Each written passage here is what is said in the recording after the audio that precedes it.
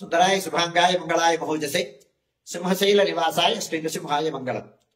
శ్రీ శ్రీ శ్రీ వరాహలక్ష్మీ నృసింహస్వామి వారి సన్నిధానంలో భక్తులందరూ ఎప్పుడా ఎప్పుడా ఎప్పుడా అని ఎదురు చూస్తున్నటువంటి నిజరూప దర్శన సేవా భాగ్యాన్ని అనుగ్రహించినటువంటి దివసం ఇవాడే, ఏప్రిల్ 30వ తారీఖు. ఈ రోజున తెల్లవారుజామున అంటే రాత్రి 1 గంటకు వైశాఖ శుద్ధ తదియ బుధవారం రోహిణి నక్షత్రం రాత్రి 1 గంటకు సుప్రభాతం.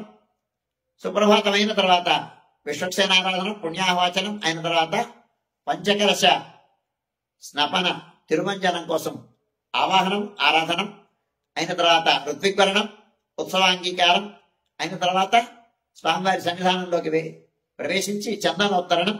చందనోత్తరణం అయిన తర్వాత స్వామికి అభిషేకం పంచామృతాభిషేకం అలంకారం అయిన తర్వాత ఆరాధనం శీతలోపచారములు నివేదనం మంగళ నీరాజనం అయిన తర్వాత ఈ కార్యక్రమం అంతా సుమారుగా 3-3:30 గంటల వరకు కొనసాగుతుంది. ఇదైన తర్వాత ప్రప్రథమంగా మహారాజా వారి దర్శనం అయిన తర్వాత విశిష్ట అతిథుల దర్శనం. సుమారుగా 3:30 గంటల ప్రాంతం నుంచి సర్వదర్శనం ఆరంభమవుతుంది. నిజరూప దర్శనం సింహాద్రినాథుడు కుందాభ సుందర తను పరిపూర్ణ చంద్రబింబానుగాని వదన అని చల్లనైనటువంటి స్వామి సింహాద్రి అప్పన్న నిజరూప దర్శనం లభింపబోతోంది. దర్శించండి. ఆ రోజు తెల్లవారుజామున సుమారు 3:30 గంటల నుంచి రాత్రి 7 గంటల వరకు సర్వదర్శనం కొనసాగుతుంది.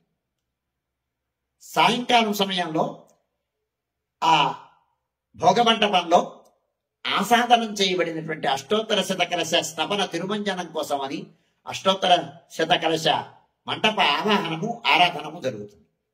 విశ్వసేన ఆరాధనం పుణ్యాహవచనం అయిన తర్వాత ఆవాహనం ఆరాధనం అయిన తర్వాత సుమారు రాత్రి 8 గంటల ప్రాంతంలో స్వామికి అష్టోత్తర శత కలశాభిషేకం ఆరంభమవుతుంది. దీనితో సమాంతరంగా గంగాధార జలంతో సహస్ర ఘటాభిషేకం ఆరంభమవుతుంది. ఈ కార్యక్రమం అంతా సుమారు 8 గంటల నుంచి 11:30-12 గంటల వరకు కొనసాగుతుంది.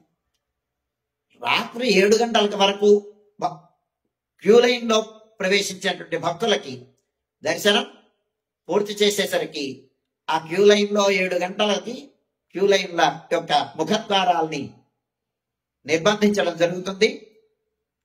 అవి తాళాలు వేసిన తర్వాత ఆ సమయానికి ఆ క్యూ లైన్ లో ప్రవేశించినటువంటి భక్తుల యొక్క దర్శనములంతా అందరి దర్శనములు పూర్తి చేసుకున్న తర్వాత గంగాధార నుంచి ఆ ముందు ఏర్పరిచినటువంటి ఆ క్యూ లైన్ల యొక్క నిర్మాణాలన్నింటినీ బయటకు తొలగించి అప్పుడు గంగాధార నుంచి పూర్ణకుంభం వేంచేపు చేసుకురావడం జరుగుతుంది.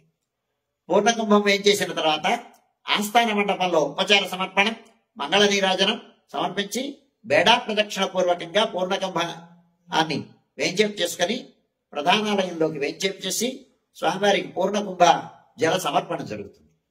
అయిన తర్వాత అప్పుడు స్వామికి విశేషమైనటువంటి ఆరాధన శీతలోపచార సమర్పణం జరిగిన తర్వాత అప్పుడు సుమారుగా ఈ కార్యక్రమం అంతా 2 గంటలు అవుతుంది.